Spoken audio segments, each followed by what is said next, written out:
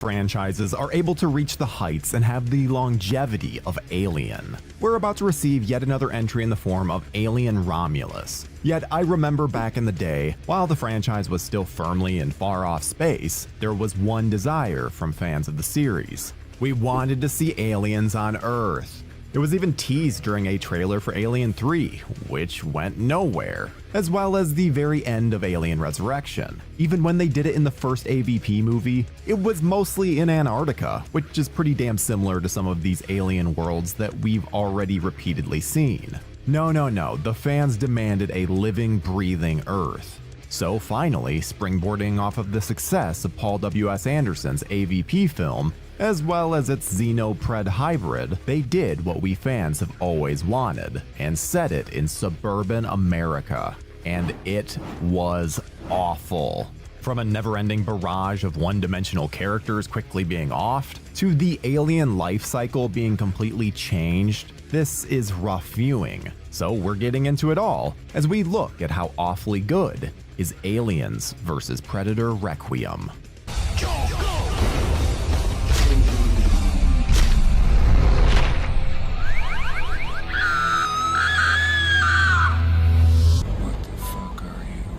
First of all, this video is going to be going off of the unrated version, because why on earth would I want to cover the less violent one? Let's get into the movie. Aliens vs. Predator Requiem picks up right where the first one left off, with the alien-predator hybrid bursting out of a predator. This creature wreaks havoc on the ship, causing it to crash land into Colorado, though it looks suspiciously like the Pacific Northwest. A lone predator is sent to clean up the mess, while the aliens and Pred-Xeno hybrids start taking over the small town. So we finally get some great visuals of the aliens in the suburbs. There was one positive thing to come out of this movie. It's these great visuals. You know, for the 10% of the time that we can actually see it. And yes, that is a very common criticism for the movie. And would you be shocked to hear that this was actually intentional? Director of photography Daniel Pearl hated how bright everything was in AVP. He thought it revealed too much. So we set about having less light on set and even lowered it in post-production, feeling the darker environments and shaky cam gave it a more documentary style feel. You're gonna have to be the judge of that, because even standard shots feel like they're just a few steps too dark. And when it comes to the action scenes, I can't make out what the hell is happening. I've seen this movie multiple times, and there are some scenes that I genuinely have no clue what is happening other than generic fighting. The brothers Strauss, who I could easily just call the Strauss brothers, but for some reason I really dig their stupid nickname for themselves, are clearly bigger Predator fans than they are of the Xenomorphs. Because of this, the aliens get a bit shortchanged here, being really just fodder for violence. While the first film went further in the other direction, with many of the Predators looking like chumps for how easy they are for the Xenos to kill, this one leans into the Predator love. Pretty much the only thing that's a match for the lead Predator, Wolf, is the Pred alien, who is OP as fuck. Seriously, this thing can do just about anything. And as dumb as the movie can get, Wolf is an absolute badass in the first act. He's essentially a cleaner for the Predators, wiping out all evidence of their or the Xenos' existence. This is probably just done so that we don't get the "why don't we know of these aliens if they were on Earth in the 2000s" question. But this is the kind of additional lore that feels perfect for the series and adds to them in a unique way. Unfortunately, Wolf kind of shits the bed as the story goes along. He loses the Xenomorphs when they're nearby and manages to get punked by one, injuring him and effectively cutting off the power to the city. Then he starts hunting down humans when the priority should clearly be the Xenos. It's like the filmmakers are just trying to kill time until we finally get that big showdown at the end. There's a lot of stuff going on in this movie that just makes my brain hurt. From the Pred alien developing from a little baby to this large monstrosity in record time, to a complete alteration of the alien's reproductive cycle, it's hard not to be at least a little annoyed at the complete disregard for the alien lore. Though I suppose this was following up a movie that had the Predators setting up an ancient pyramid in Antarctica in order to hunt and kill Xenos, so the stupid train had already left the station. One thing that is very prominent in Requiem is a random group of humans being introduced, only to be killed off by the Predators or Xenomorphs. We've got this father and son, these homeless people, blue-collar workers, restaurant staff, hospital staff. It just never ends. This wouldn't be a massive problem, except they seemingly refuse to give us relatable characters. Everyone is so painfully obnoxious and one-dimensional that it's hard to watch this and root for anyone except the monsters. I guess this isn't a shocker when we're treated to great lines of dialogue like this. Cute outfit, Rick. Yeah, as in Halloween in October. At least now I know who ordered the sausage lovers. I mean, just look at these two teenagers who are practically our leads with how much screen time they get. There's a whole plot line of them wanting to be together, and even has an evil ex-boyfriend for good measure. Yet they kill the girl out of nowhere and leave the guy wounded. The choices in this film are absolutely baffling. And I have to make sure to give a shout out to the pizza store supervisor played by David Hornsby. Some of you should know him as Rickety Cricket from It's Always Sunny in Philadelphia. Oh, and he's married to Emily Deschanel. That's completely irrelevant to what we're talking about here. I just always have to take the opportunity to say that this is married to this. Rise up, gonna get higher and higher, woo! Despite its stupidity, I won't deny that the film has balls. From killing a kid within the first 20 minutes to its sheer disregard for human life, there's a lot to satiate gorehounds. I mean, hell, they even put babies in danger, an alien pregnate a poor pregnant lady. It's this sheer cruelty that can pump the brakes on any true fun being had. The movie ends with a big fight between the Pred alien and Wolf. It's clear that Wolf is outpowered, but he still does his best. The fight itself is really dumb and just looks like two stunt performers flailing around in suits. They end up in each other's warm embrace. But the town is nuked by the US government. Our human survivors crash land during their helicopter escape, and we get a very silly ending where Miss Yutani shows up and takes the Predator cannon. This clearly was meant to set up a third film, but thankfully we were not tortured by that. Before we continue with our video, here's a reminder to click the Store tab on any of our JoBlo channels and browse our collection of the latest and freshest designs in our merch store. Go get you some. Now that we've waded through the darkness, let's figure out some fun drinking games that could go along with this dumpster fire. I know them. Take a drink whenever you recognize an actor from a popular TV show at the time. We've got Rico Aylesworth from 24, Stephen Pascal from Rescue Me, and even Johnny Lewis from Sons of Anarchy. Canon? What's that?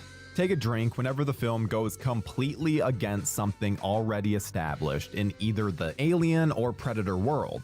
Whether it's xenomorphs on Earth or xenoblood not melting things like they should, there's a lot to go off of here. Bloody Bright.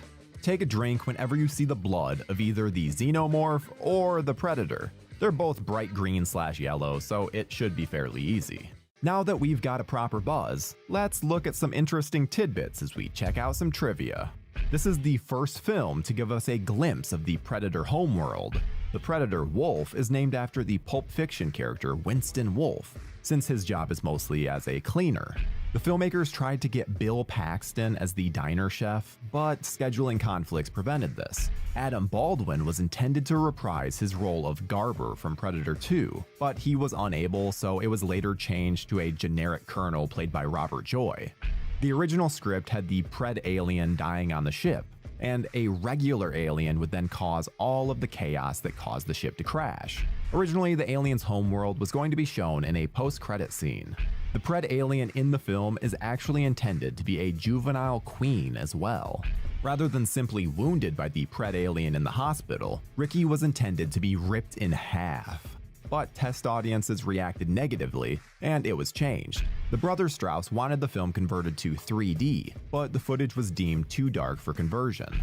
There was a scene filmed that featured the Predator skinning Deputy Ray Adams, but was dropped by the studio for being too horrific. One form of the ending had the introduction of a king alien, a large dinosaur-like alien with wings, and it would have been set on the alien homeworld. Getting away from those fun facts, rating this one proved to be a bit difficult, because I love stupid shit, but this one is severely lacking in the fun department. So on a scale from Victor Salva to Roger Corman, I'm giving this a 3 out of 10. Don't get me wrong, the movie is bad, but as a lover of the so bad it's good genre, there's a lot to laugh at here. This is the perfect movie to put on with friends and just make fun of, though I'd argue there's little else to care about. What do you think of Aliens vs. Predator Requiem? Is it the worst film in either franchise? Do you think we'll ever get another entry? Comment below and we'll see you in the next one. See? No monster. It's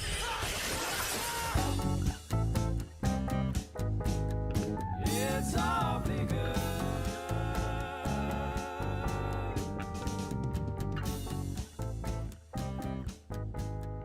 It's awfully good.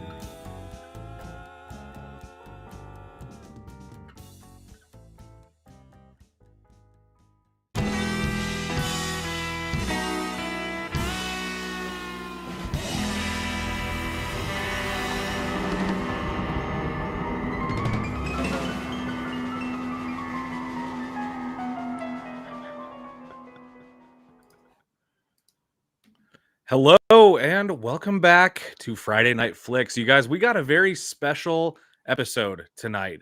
It's something that a lot of you guys have been commenting about, and it looks like some of you are still commenting about. So that's exciting to me.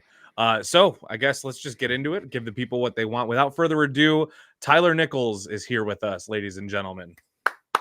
Hello, hello. How is everyone doing? It's so nice to see Chad again. Kier, how are you? I'm good, man. How are you doing? Oh, 3 horror movies came out today, so I really can't complain. Yeah, man. It's potentially a good weekend for horror, too. It seems like the movies coming out, some of them anyway, are pretty exciting. They really range from shit to just incredible. For those that are unaware, today saw the release of The Crow. There's our shit pick. And then Blink Twice, which was good. And then one of the best films of the year, Strange Darling, which if you guys have not seen it yet, please go see it immediately. That's the Kyle Gallner vehicle, no? Yes, Kyle Gallner, Wilda Fitzgerald. Please don't even watch the trailer. Just go and watch the movie. It's one of those films. I think it's playing at my local theater, and I have not seen the trailer. I've only heard people that have seen it say that they liked it. So I'm going to go into it pretty cold and see how I feel. I like Kyle Gallner, though. I feel that, like, I see him in movies periodically. I'll see him in things for a couple of years, and then I won't see him for a while, and then he'll come back. He'll be in a few things, and then he'll disappear again. It's weird, too, because he still looks like he's 21 years old, so I wonder how he's doing it. I know, he still looks like he could have been in like a Nightmare on Elm Street remake sequel any day now. Yeah, exactly. But no, he's had I would call him a Scream King. He's had some fantastic films over the last like 5 or so years, from The Passenger to Dinner in America and now Strange Darling. It's like Kyle Gallner's where it's at. Yeah, I don't disagree. I also think that it's interesting because he's one of those guys, you don't really see him in a leading role very often. So it's kind of exciting that, maybe he's leveling up into his next phase, the leading man phase. Yeah, I definitely think this is him taking the next step. Same with Willa Fitzgerald, both of them. It's like, it's incredible. If the Oscars actually were just, they would both be nominated for Oscars. Their performances are that good. Yes, I don't disagree. I'm gonna have to check it out because everybody is saying the same thing. It's worth seeing. It could be the one. I also heard, though, and I know you saw Blink Twice. Is that correct? Yes, I did. Okay. I heard that movie was incredibly disturbing. I also have avoided trailers and hype for that one. But I've been hearing statements that it's very good, and then one person completely blew up the scene. They said it's the most disturbing thing I've ever seen, and that shut me down. It made me a little less excited. There's a trigger warning before the film, but like I don't think it's as a horror fan, there was nothing in it that made me go, "Ooh," like. Which I should also mention too. Keep an eye out. You might see a certain person's quote on some Blink Twice advertisements that are coming out soon. So I did very much like it. Yes, yeah. I like the movie a lot. Maybe you were the one, dude. Maybe your quote is, "It's the most disturbing movie I've ever seen. It'll break your brain," or like whatever crazy stuff these reviews are. Yeah. Was it the kind of movie that when you walked out of it, you're like, "I'm going to be talking about this still in a week," or was it like this was fine until the next best thing comes out? It was fine. I more viewed it as it was cool because it's Zoe Kravitz, like it's her debut film. So just there's a lot of potential there. So that's cool. That's about it. Right on. Okay. Well, that's going to conclude my questions. I don't want to know anymore because I do plan on seeing it. I might do a double feature this weekend. I don't know. I'm definitely gonna have to check out Strange Darling though. From this, I did a double feature today. I actually saw The Crow followed by Alien Romulus as a rewatch. So very nice. Yeah, I saw your text and I was like, that's gonna be interesting, dude. Like, you got a legacy sequel and a remake on your plate. One good and one supposedly not. I mean, and I know that this is the Alien show, and I know that with The Crow just coming out, there's not many people that will have seen it, and probably not many people are gonna see it. So I won't get into spoilers, but dear God, what a piece of shit! Like, there's films where when they end, there should be an apology. Like that's how I feel with that movie. Where I'm like, what is this? They ruined the Shelley and Eric story, and it's quite dog shit. I want to indulge you a little bit on that because I know that this is the Alien show, but just on the topic of The Crow, my initial thought was, yeah, why not just do what all the sequels have done and not do the Eric and Shelley thing and maybe just try to do a new thing, you know? And that maybe for this franchise, I think maybe that is the only move. There's just too much history, too much legacy, you know, too much iconic status associated with the first movie. So yeah, I don't know, man. I'm not excited for that one. No, it ended up being exactly what people thought that it would be. So it's not a good experience, not a good time at the movies. I pretty much had to see it just because I feel like it's my obligation at this point. I would have done it just out of how much I love the original film, if not for it being, I mean, even 3 days ago, I made a TikTok about this. Like 3 days ago, I was like, where is the hype? Where's the word on the street about The Crow? It's like they're hiding it from us until people have seen it. And then, of course, it's exactly what everybody feared. And now we know why. It's because the movie ain't very good. And I'm disappointed, too, because I happen to know someone that saw the movie like a month ago in London and she liked it. So then I was like, I'm like, oh, well, she has good taste. Maybe it is good. And then it's like, nah, I think she just likes gothic romance stuff. But yeah, sometimes that's all some people need. I wondered too if the experience of seeing it at a premiere in London added to the experience or the enjoyment of the film in general. You know, because I know that happens. You know, there's maybe some movies out there that I maybe would have enjoyed a little less had it not been for some kind of cool experience either in the movie, you know, premiere or an event for it. Sometimes that sways your opinion. Yeah. All right. Oh, sorry. Go ahead. Nope. I don't have anything more about The Crow. Just if you are interested in seeing it, just expect it to be a dog shit movie that shits on the legacy of the original. That's about it. Yeah. That sounds like that's in line with what everybody else is saying. I'm gonna take that ticker off screen. Get some of those quotes gone. All right, dude. So let's talk Alien. I think first, before we talk about, first of all, for everybody who was not made aware by the title, there's going to be spoilers all up in this stream. It's probably going from pretty early on.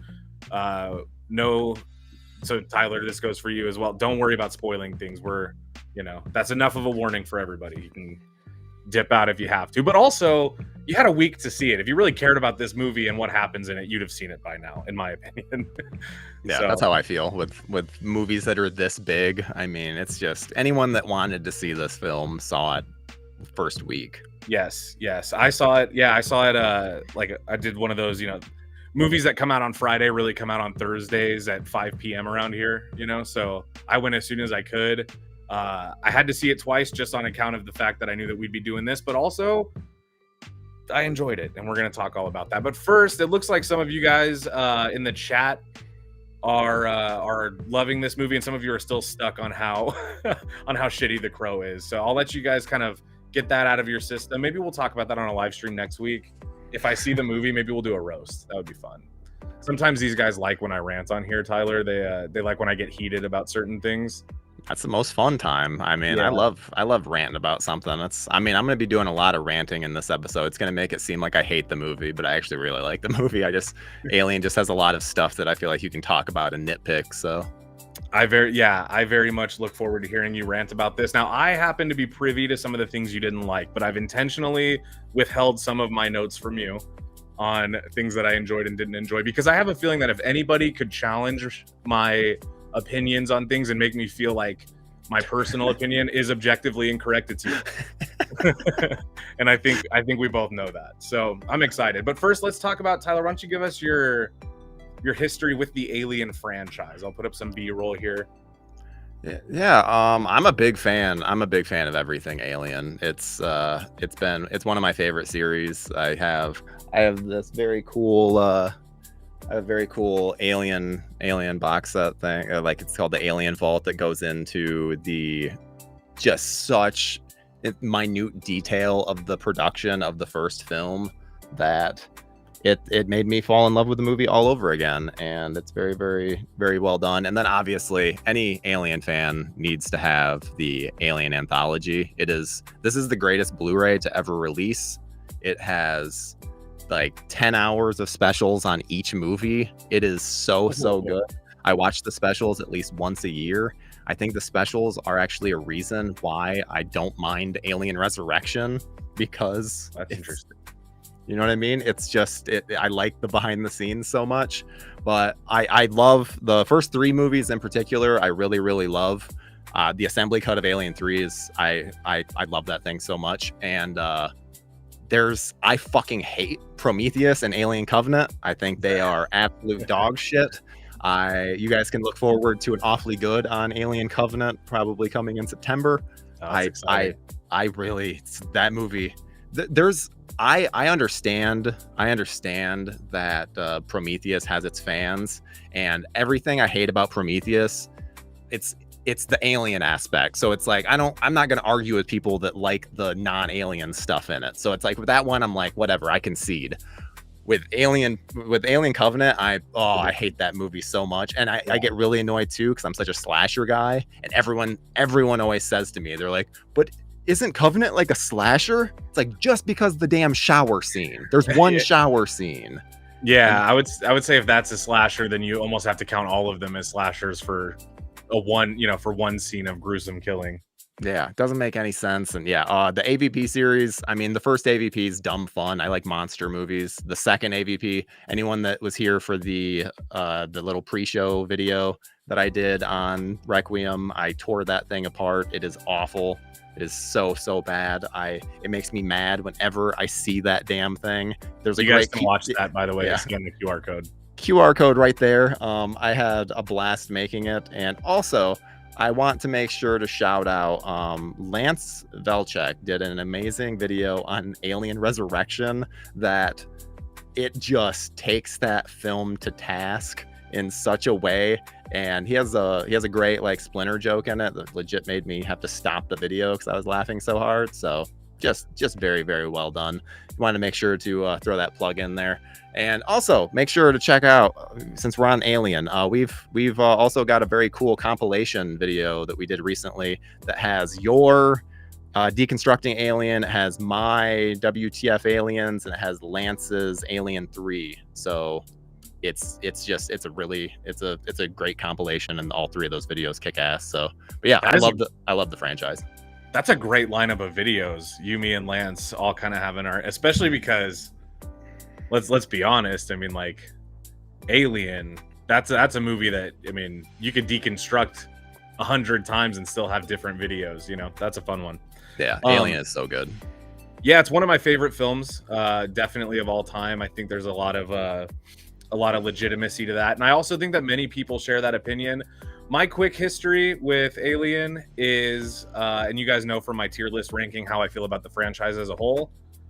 I love the first movie so much. I love Aliens potentially even more, but definitely as much. And everything after that for me is I'm lukewarm on, maybe up until Romulus, and we'll talk about that. But I see like Alien Resurrection, you know, like I see that movie as schlock, and that's, you know, if that's the the deal, then that's the deal. But I also am not a fan of the prequels. I don't like Prometheus much. I don't think it works for me. Just on any non-alien stuff to me is completely, it's just not worth it. And then Covenant, also kind of an insulting movie for me. Not a fan in any way of that one. I like, I like the visual of that movie. If you put it on mute and just kind of have it on while you're working, you might mistake it for something worth watching. But ultimately, I think it sucks. I have a question. I have a question for you.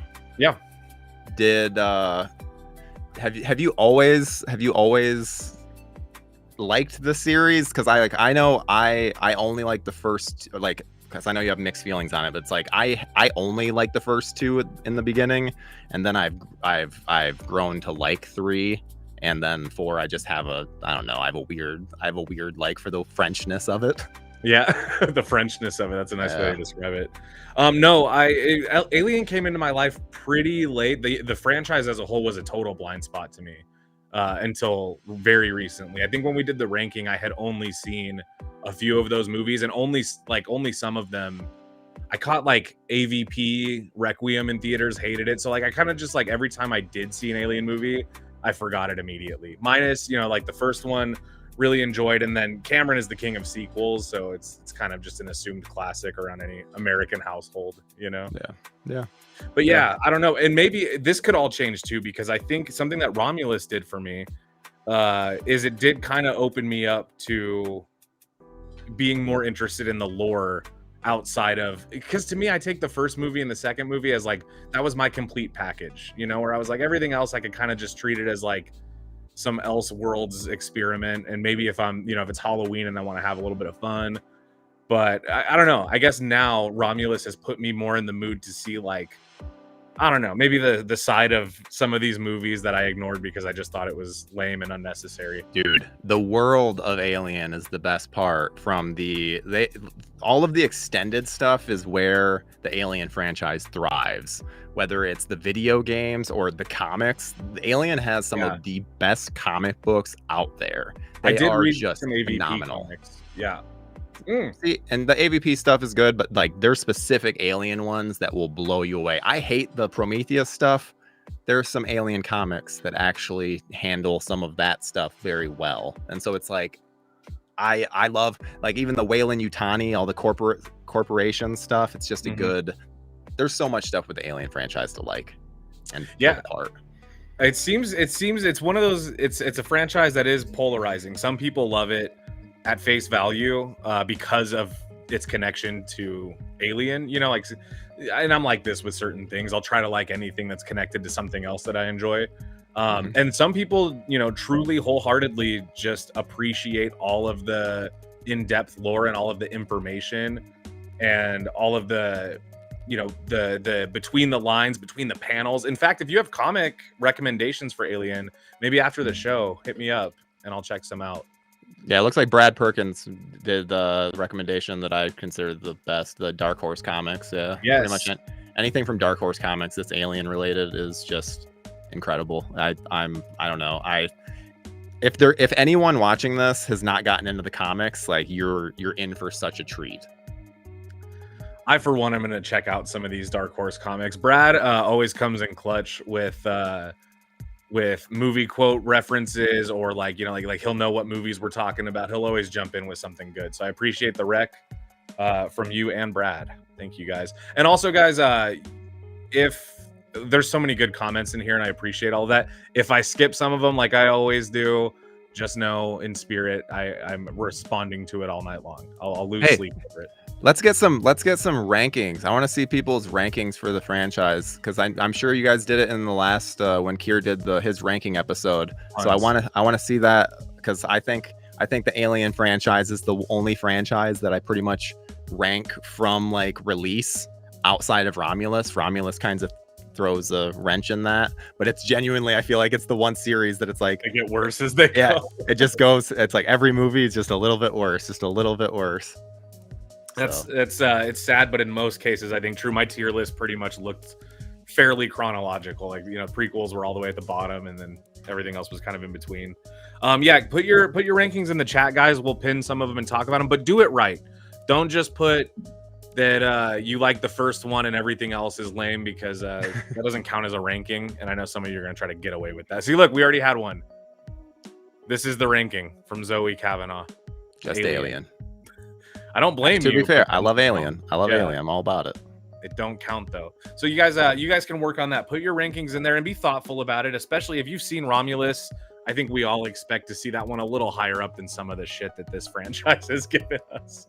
Yeah. Yeah, agreed. And I think that because Nerdcade brought up that the AVP should be brought back, and I think AVP is on the verge of being brought back because I mean, Prey did amazing. They have 2 sequels in the works, one of which follows the Amber Mid-Thunder's character, and then the other one is completely separate. And then, for those that are unaware, Alien Romulus is at $125 million worldwide. We're getting a sequel, like 100%. Yeah, that movie is definitely it's gonna, it's funny. I had some friends, some Alien franchise lovers who were saying like, after this movie, they have to make another one regardless to connect, the pieces to bring it all full circle. And to me, I was like, or this movie made so much money that there's going to be a few tangent movies first before that circle closes. And either way, I'm gonna keep seeing them. I'm invested at this point. I want to talk about too, what a unique situation here where Fede Alvarez, a beloved horror director, but with minimal credits under his belt, at least big ones, really, I think took a huge swing with this movie. And Tyler, I wanted to get your thoughts. As far as a director, what do you think about Fede Alvarez in general? I was so worried when he was announced as the director because I don't think there's anyone whose aesthetic is more anti-aliens between Evil Dead and Don't Breathe. Those don't scream alien to me. So yeah. I was very, very concerned. And honestly, I think that Fede did a great job. And I think that because I've read a lot of interviews and stuff in the meantime, and it really seems like most of my issues with the movie come back to Mr. Ridley fucking Scott. So this is as good a time as any. Tyler, I know you have thoughts on Ridley Scott and his creation and involvement in the continued involvement in the franchise. You want to do a little Ridley Scott action here? So you guys see that book behind me? It's called The Alien Vault. And this bad boy, The Alien Vault. This is everything about the Alien Vault says that Ridley Scott should not be given so much credit for this franchise. People treat him like he's the stalwart of the series, and it's like, no, not at all. Ronald Shusett, Dan O'Bannon, and H.R. Geiger are what made Alien, and I'm so sick of Ridley Scott ruining the franchise because he made one good movie 45 years ago at this point. It is so frustrating. I'm so sick of it. Ridley Scott needs to go away. Go make his stupid fucking gladiator movies with sharks. Like I'm over. He needs to stay away from space. I'm sick of it. The man is over the hill to such a degree that when's the last time we got a good Ridley Scott movie? The man was just recently bashing Blade Runner 2049, a movie that is better than his original. Like, oh, I agree. Fuck that. I agree. I think Blade Runner 2049 is so much more watchable. Like Blade Runner is great. It's a classic, whatever. But Blade Runner 49, you could vibe out to that movie and you could see it as what it is, which is just an improved version of the original. I'm not going to disagree with anything you said about Ridley Scott. I personally think that his catalog has been sullied with bad movies. And I think that see what I mean with Brad here. Tony Scott over Ridley Scott. I don't know, but either way, R.I.P. to The Last Duel is dog shit. I just want to put that out there. And Napoleon is one of the worst movies. I love it in a so bad it's good way, but it is so bad. I just need to bring that up. I hate Ridley Scott. He's my least favorite director working today. His daughter's very talented though. I want to bring that up. Bold statement that Ridley Scott is your least favorite working director, but I mean, hey, he's not putting out anything. I mean, I saw the trailer for Gladiator 2, and I told everybody this on my live stream. Not at all excited for that. I don't really know what the hell's going on with that, but I don't, because when I think of Gladiator, I think of CGI. Yeah, exactly. What is the deal? First of all, did Gladiator need a sequel? No, it definitely did not. And I think it's kind of bullshit to say that this is the natural progression of a movie that had a pretty good definitive ending that was kind of a, it was lightning in a bottle. I don't know. No director is above, apparently, cashing in on a sequel, even if it's years later and nobody asked for it.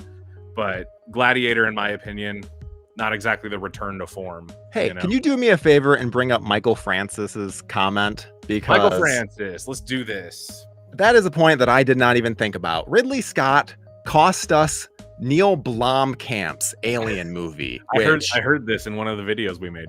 Oh my God! Why? So we got Alien Covenant out of it. Great. So he fucked up Prometheus so bad, and that the studios were like, "Oh, people really want Alien." So then Blomkamp's like, "I'm gonna give you the Alien 3 you've always wanted. That Ripley's coming back, Newt's coming back, Hicks is coming back. We're doing everything." And Ridley Scott's like, "You know what? I think I'd rather have Michael Fassbender play the flute in a bad wig. That sounds like a better idea." Ugh. I somehow knew you were going to mention his wig. It gets me all fired up. I'm all fired up.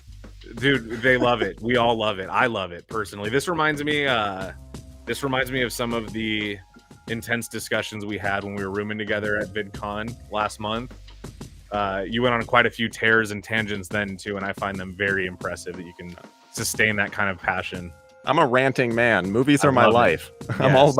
I'm very passionate about the things I like and the things that I don't. So yeah, and as somebody, as people who pay to go to movies, we deserve to have them done correctly. And I think that a nice rant every once in a while helps us cope with the ones that are not done correctly.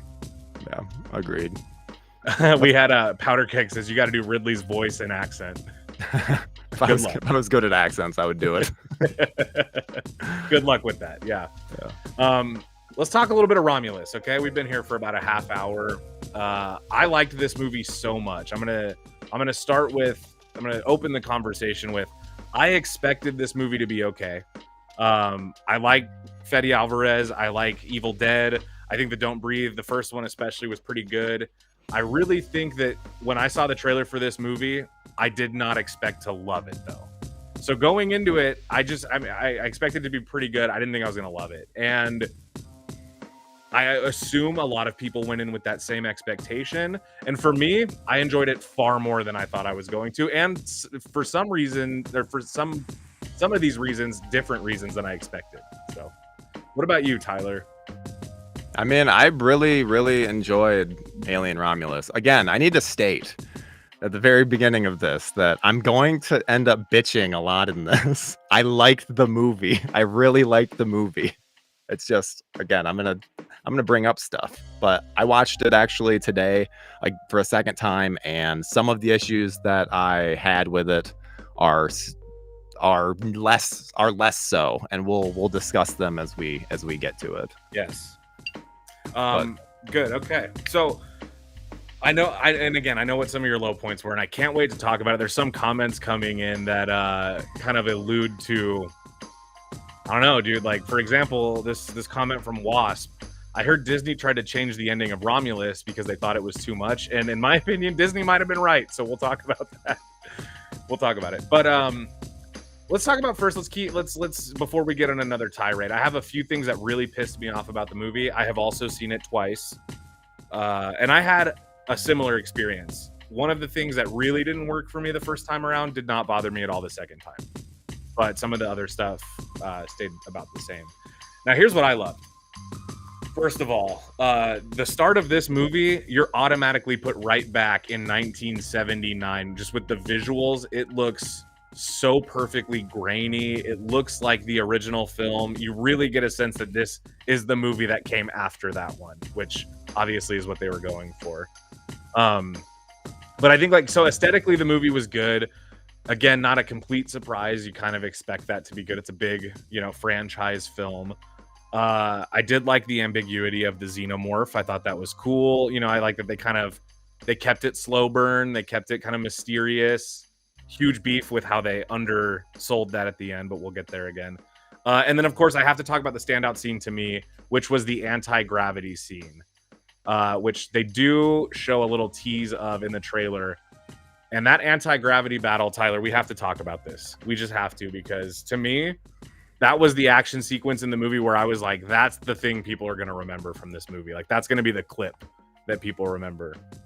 What was your reaction to that? Did you enjoy it? Yeah, I think that's my second favorite scene in the movie. It's really well done. I mean, even they teased it in the trailer, which again, I think that's one of the elements that I would say hurt this movie is the marketing. The marketing spoiled damn near every cool moment. So that's something that they really need to work on. Like their marketing needs to get things figured out, because you can't spoil so many things. Like we already knew what was going to happen to, let me see, I have a Kay, the sister character. Already knew that. We already knew that Navarro was going to have the chest burster come out. There's too many things that they gave away in the trailer, so that element was very frustrating. But I mean, they did so many things right. Like that there's I mentioned that, but it's like the zero gravity thing. They showed that little brief spot in the trailer, and that was enough to sell the entire movie to me. I'm like, I need to see what the fuck happens with that. That was enough. And seeing the way it played out, and I do want to know what your favorite scene in the movie is, but we'll get there. But yeah, with I think the zero gravity, that was my favorite action scene for sure. And to me, I liked it because it was kind of a fun play on the fundamentals of Alien. The blood is acid. Don't let it touch the ground. And how do you kill aliens, you know, and find a way around that? It's just perfect. It was really good. And I like it because it was simple. It was a simple way to keep the lore straight. It didn't try to like add too much. It didn't do what AVP Requiem did, where half of the time the blood is not acid, you know, and they're just slaughtering these things. So I really loved it. Those AVP movies. Yeah. among some of the other. Amongst other things. Amongst a million other things. Yes, indeed. Although I will say that first one is kind of fun. I rewatch it sometimes. Yeah, the Power Ranger Predators still kind of annoy me, and the fact that they team up with a human at the end will never. That's not my Predator. Hashtag not my Predator. Not my Predator. I love that. If you guys want to throw a hashtag not my Predator in the chat, let's see how good our reach is. I want to bring up something that that has. I literally my second viewing was so for clarification on this one thing. So they essentially state the fact that Ripley didn't actually kill that alien at the end of Alien. Right. She didn't. Yes. She blew him out of the ship, but they find him later and bring him on the ship. There is a story, whether it's done in comic book form, novel form, video game form, there is a story that I need to know about what the fuck went on that ship, because that alien went on yet another tear and killed so many people. I want to know that story. It's like, I feel like there's such an interesting story in that where I'm like, I didn't mind this story, but that's the story I'm more interested in. I want to see what happened to this whole base, especially when it's a whole base of Weyland-Yutani people. I want to see those people die. I had the exact same thought. I was like, man, this would be a sweet prequel to the prequel. Would just be what happened 1 week before this movie or 1 month before this movie. That would have been incredible stuff. I especially think too, because that would have done a lot for something that I know we both think is important, which is making the xenomorph the big bad of the movie, making it feared, revered, and everything in between. Now I do, before we get into what we didn't like, because I want to let you have your moment. And I want to have mine too, because there are things that really pissed me off, at least the first time. But I do want to know, what was your favorite scene in the movie, and then after that, get into what was your least favorite, and then we'll just start with the low points from there. Hey, I still have positives. Don't you worry. We'll sprinkle them in, but it's hard to talk about what you love without contrasting it to what you did. Yeah. Well, I think the best scene in the entire film, and something that I'll rewatch, even if I don't rewatch the movie as much, the sneaking through the face huggers, and that's cut with the birth of the alien. It's Yeah. all like, it is the best moment. It is so well done. The editing on it, the tension. I love that they added, because we didn't really touch on the fact that they gave the alien more lore in this film, and did it expand. works. Like, it's like the facehuggers. The facehuggers not they are attracted to sound and heat. And then also they add a whole nother life cycle with the alien going into the pussy cocoon. Yeah. Mid show, and we'll drop that on there again, guys. The spoiler alert's been in effect, and we've already talked some spoilers. Yeah, dude, that wow. The face huggers in this movie were intense. I loved the chase scene where they're trying to escape the one in particular, or I guess the little horde, and they're redirecting it with heat and the flares, and then so the lore, it was good. And I also like it was simple. This is kind of like a theme, I think, for this movie, is it was, for the most part, maybe right up until that last 20 minutes, it was pretty tastefully crafted around Alien and around the Xenomorph and around that original lore, and still adding those sexy little add-ons that you want from a sequel. And somehow, I'm going to say this, and I know Conway might have mentioned it in the chat already. If not, I know we talked about this, but I didn't mind the CGI recreation of Ash, or Rook, whatever they called him in this movie. Me neither. And I didn't want to point out, not entirely CGI. People are acting like it's all CGI. That's a fucking dummy that they did CGI enhancements to. So it was not Nicolas Cage in The Flash. It was more body double with a CGI mask on. Yeah. The issue because that's one thing I was trying to watch it today with that critical eye. The issue is that his mouth moves too fast. Yes. The mouth, it's the speed of it, and also there's just it's inherently, it's hard. I mean, no CGI mouth ever looks right, completely.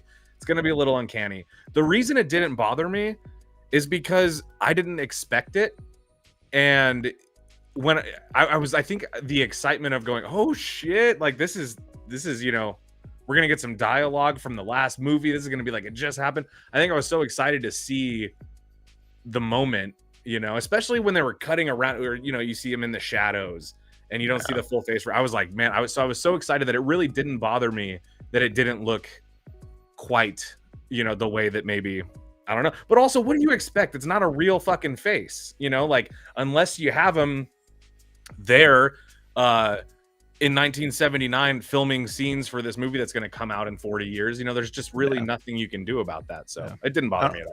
When I saw Fede Alvarez's explanation of Bishop came back, and then obviously was it Daniel? Is that the stupid, the Michael Fassbender one? Yeah, David. Yeah. David. Both of them came back twice, and so he said that Ian Holm was like that. His android was his favorite. Ash was his favorite. And there's other models of that. And given that this takes place between Alien 1 and 2, it just made sense. And ever since then, I was like, yeah, that's fine. I don't care about that. It's good enough. Yeah. I think that there's plenty of things that the movie does, and that's not a huge part of it. And some of those moments are important. So and some of that dialogue is important. So you have to overlook it anyway. And it's not bad. It didn't bother me. Yeah. I gotta ask, because there's stuff that there's one element that I actually really liked. They kind of retroactively fixed Prometheus by making they establish in the film that the black goo is actually derived from the alien, from the xenomorphs. So rather than the black goo creating the xenomorphs, which was such bullshit in Prometheus and made me so mad, they went back on that. So I was so happy, so happy. I'm like, good, get that away. I don't need that. Get the black goo out of my aliens. Yeah, I don't like the black goo. I had a buddy, so I didn't really catch that. And I had a buddy when we left the theater say like, oh dude, the black goo. And I was like, didn't even think about it when I saw it. It just completely over my head. But but that's stuff like that is also going to be important, because Prometheus, I think, definitely has its lovers. Alien Covenant kind of doesn't. I don't know anybody that's gung-ho over that movie or really fucks with it. I've never met anyone that likes Covenant. I'm sure there's someone in chat that's going to be like, it's not that bad. It's pretty good. Yeah. I watched it and loved it. Shame on you. Yeah. And also, don't fucking lie to us. What are you doing? We know you didn't like it. Yeah. Let us praise Alien 3, the black sheep of the series that deserves some praise. Which, by the way, shout out to you guys. Many Alien 3 champions up in here. I'm assuming you're all coming from the horror channel. Welcome. You know.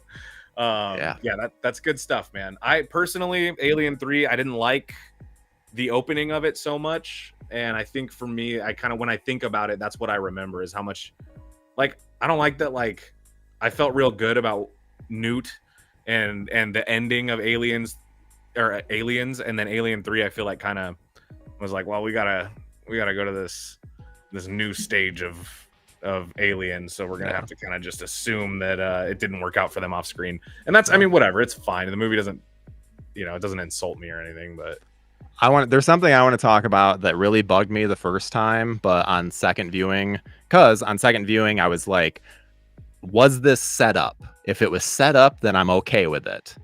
There's a certain line, get away from her, you bitch. I wanted to talk about this. The first time I saw it, I was really mad. I was really mad about it. I hated it. But the second time, I noticed they set it up not once, not twice, but thrice in the film. Explain. I want to hear this. So there's a really shitty character called Bjorn. He's the little dipshit that hates Andy.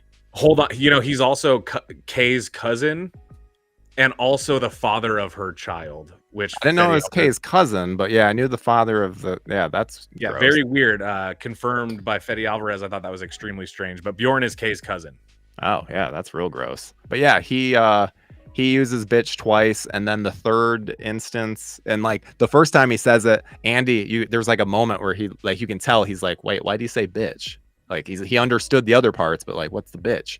And then it happens again, and then I think it says like the son of a bitch or something. There was something else later where I'm like, oh yeah, yet again he's hearing bitch again. So then once it happened later on, I liked even his pause and like the little thing where I'm like, yeah, Andy's a good actor. That man is very, very is just, he understands the art. Yeah, he understood the assignment of being an AI who's learning as he goes. I will say that's awesome, because I agree. The first time I saw it, some of the references didn't bother me, but the thing that I was saying really pissed me off the first time and then didn't bother me at all the second time, it was the little references. The first time I cringed when I heard "stay away from her, you bitch," or "get away from her, you bitch," whichever one Jamie Kennedy got wrong in Scream 2. And I didn't like it. It was just kind of like, I was like, no, it cheapened the whole thing. It was the most unnecessary reference. It kind of gave me the vibe of like Michael Keaton saying, "You want to get nuts? Let's get nuts," even though it wasn't quite contextual in The Flash.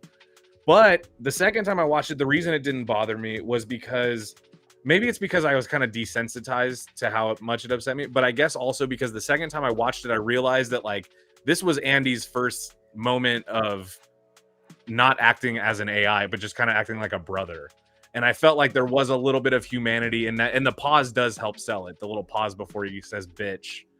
It kind of it reminds you like this is gonna be the first time that this AI is using this word in context. So it didn't bother me the second time at all. But the first time, didn't like it. It's just like, now that we know we're gonna get a sequel, I want to see Andy calling people bitch, because he doesn't understand. Oh, that person offended Rain, I'm gonna call you a bitch now, like something like that, or it's like just I would love, and that would fit the character so well if he did that. I loved Andy in this movie, by the way. He's not only is he the best character in the film, MVP. He is one of the best characters in all of Alien. I agree. They just did so good with him. I agree. The program upload when he switched from him to whatever.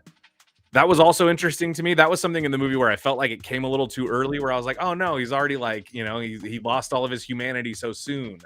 But again, on the second time, didn't seem to bother me as much. It kind of was like, because they start the movie in the middle of, this is their relationship. They're very close, this brother and sister, like the movie opens on that. So I think the second time I saw it, I was a little more forgiving of it. But you look like you had a thought. Can you bring up Henry Cepeda's comment, please? It's like fourth Yes, one let's down. talk. Let's Because talk. I brought this up. I did a little spoiler article on Alien Romulus last weekend, and he brings up the point too. It's, do you think this movie will break the curse of doing something fucked up to the people that survived the end of the movie at the beginning of the next movie? Because that happens in Alien 3 and Covenant. And yes, if they fuck up, people like, because Rain and Andy are two positives from, like, I don't know anyone that hasn't had positive things to say about them. So if they were to do that, it would be such a colossal fuck up but also it wouldn't shock me if they're like, well, we wanted to pay homage to Alien 3. Yeah. Like, yeah. Fuck no. The worst part of that movie. That's the part that we wanted to honor. I hope that they don't do that, because I see myself getting very attached to these characters.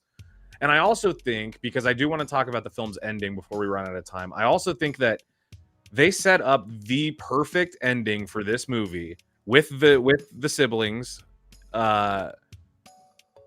very much reminiscent of how they did Ripley at the end of Alien. They gave it the same, maybe a little more epic, a little more grand than the final showdown of Alien, but they gave it the same warm ending of they made it, they survived it. Of course, we know now there's added information that Ripley didn't actually vanquish the alien, but seemed like they did. And then they chose to go with another pseudo ending. That Fede Alvarez fourth act. Attacked on ending that otherwise made no real. It was not set up enough to feel like a payoff. It felt like a separate thing added to the end. So I can see you itching to talk about it, Tyler. I'm going to tell you what I didn't like about it first. Yeah, you go. As a non-fan of the prequels, I don't need any engineer stuff. I don't need it. I don't understand it entirely, and I'm okay with that. I'm okay with not being privy to all of the shit that makes it great to everybody else, because I don't like it. Now, when I saw this, first of all, why? Don't know.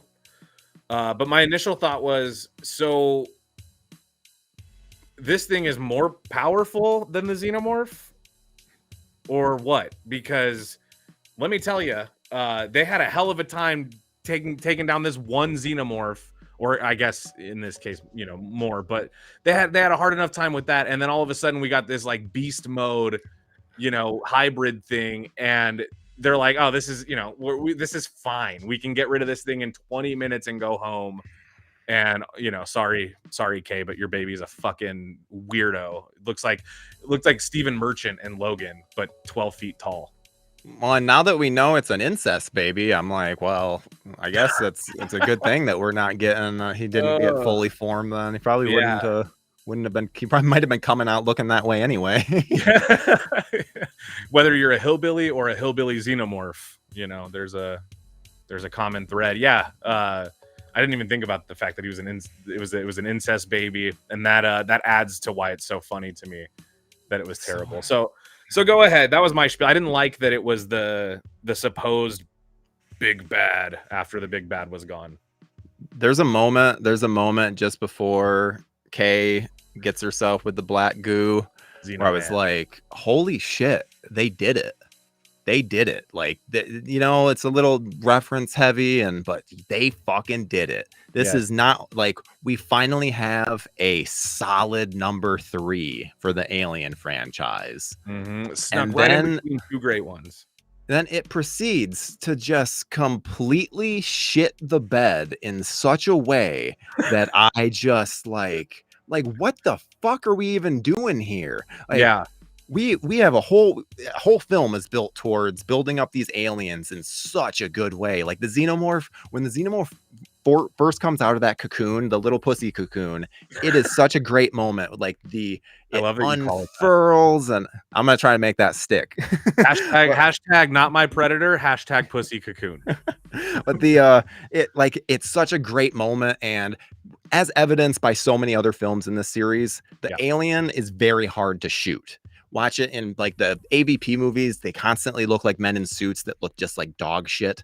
And in this movie, the alien looks constantly just amazing. So well done.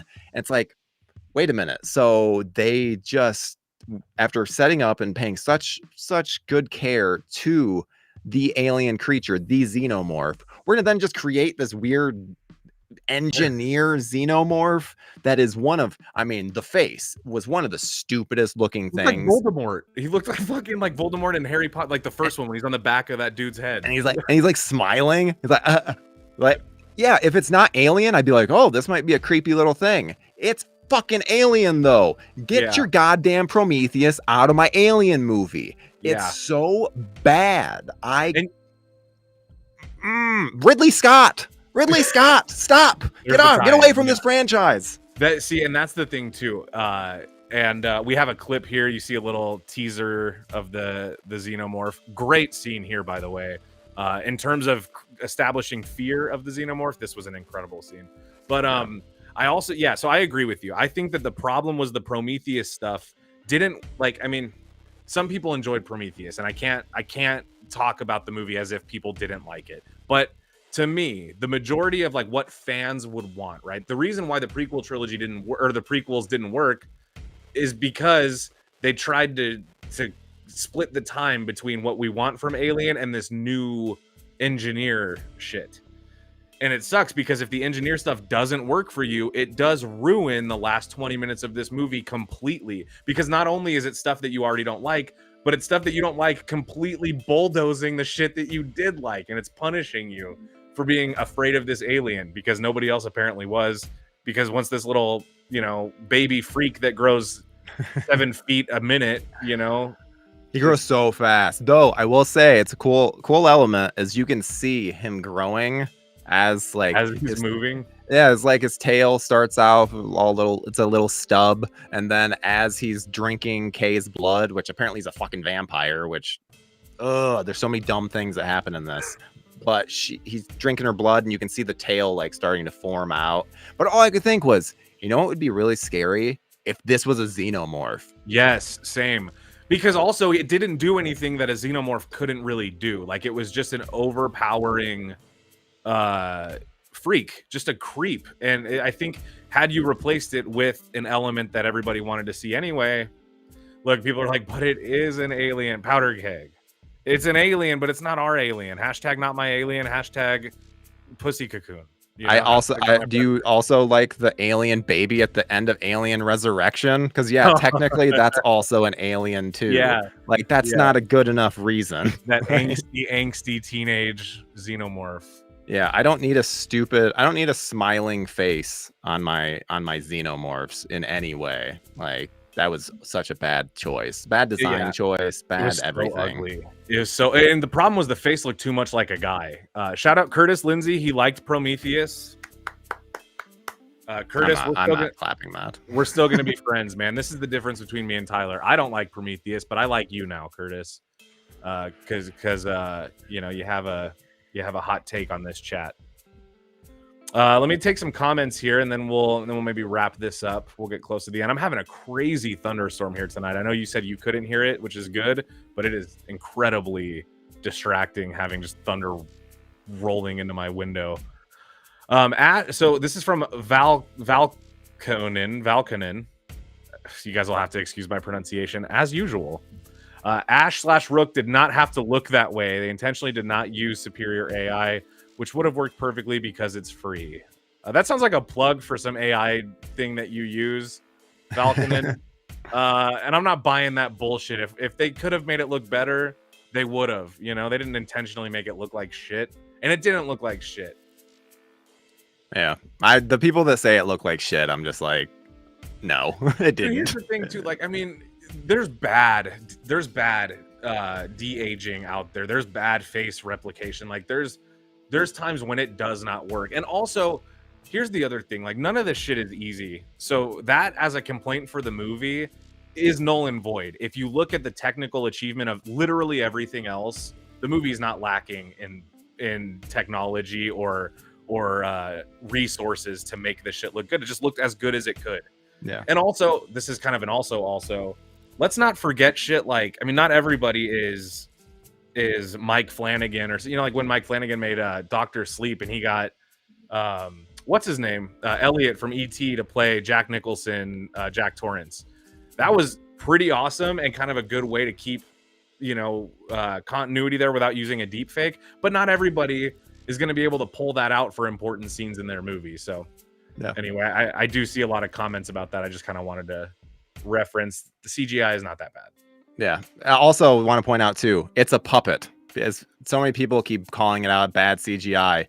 It's like it's mostly a puppet with CGI enhancement. So it's like this much of it. Yeah. It's like very, very small amounts of it are actual CGI. So if anything, just the people calling it like CGI Rook, where I'm like, really? Like, really? You're talking about a puppet. Yeah. It didn't look. I don't know. I mean, we beat that topic. We can move on from that. Yeah. I want to know what your opinion is of Alien Earth, because I cannot wait for this show.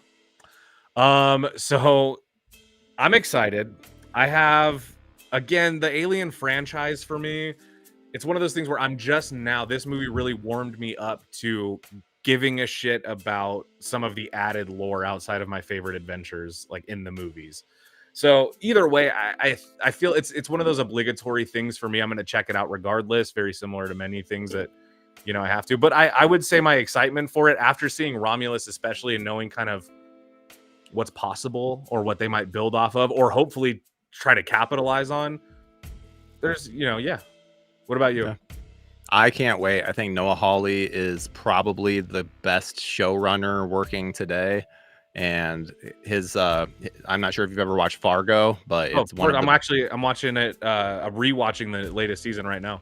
See, best show on TV, and Noah Hawley just has his style of giving out information is very, very well done. He understands narratives to such a degree that I know he's going to do a phenomenal job with Alien, and we've been waiting for Alien on Earth for 45 years at this point. So yeah, and you're saying AVP Requiem don't count. No, that is also confirmed alternate timeline. Yes, which I mean we could have all just assumed. It was, I think, in our head canons it was an alternate timeline already. I think too. Yeah, I agree. I think it could be good, especially because the Alien movies, what a lot of people like about Alien is that it is inherently slow and layered. And so is Fargo. So I think we can kind of look forward to a similar situation where, like Fargo, it just layers on layers on layers on layers. It's like a fucking Russian doll of a, every single episode. You're like, whoa, dude, I'm loving this. Yeah, I forgot too. Someone brought up Timothy Olyphant is in the show, which. Oh, great, dude. Yeah. I love me some Timothy Olyphant. He is incredible, and same with they're doing the 10-year anniversary release of the Babadook right now, and the Essie Davis is actually in it as well. So there's some phenomenal actors in this show. Yeah, that is definitely exciting. Yeah, I can't wait. Man, I'm loving all these guys' comments. I do feel bad, you guys. I know usually we're a little more hot on the comments, but we both had tears to get through, and sometimes that's hard to do. What's your final rating for the film? I gotta get now. I'm a little sometimes strict on how I rate things. I want to say, I'm gonna qualify my answer. I loved this movie a lot. So I would say if I give Alien and Aliens a 9 out of 10, this movie was a 7.5 out of 10 for me. But a good 7.5. Like, I enjoyed it. We'll watch it again. 7.5. Nice. What about you? Well, before I get into mine, I actually asked some of the JoBlo Horror team as to what their ratings for the film would be. Ooh. Lance Valchek gave it a soft 7, maybe 6. He was non-committal. A little lukewarm, okay. Yeah, and then Mr. John Fallon, the Arrow himself, had said a 7 out of 10, which Very is nice. That's where I'm at too. I'm a weak 7. I was before that ending. I was like, ooh, I'm a high 8. Like, this is incredible. Maybe even a 9. And then that fourth act happens and just shits the bed, and it still annoys me. It still really annoys me.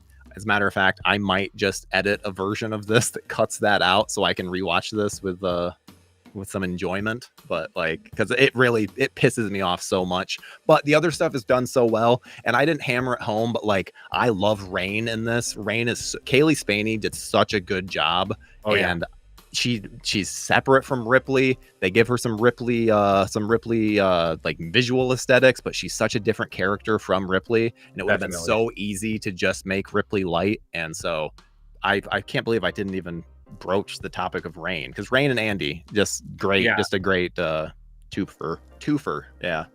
We did. Yeah, the siblings were obviously the standout. I think we got so caught up on Andy that we kind of overlooked Rain a little bit.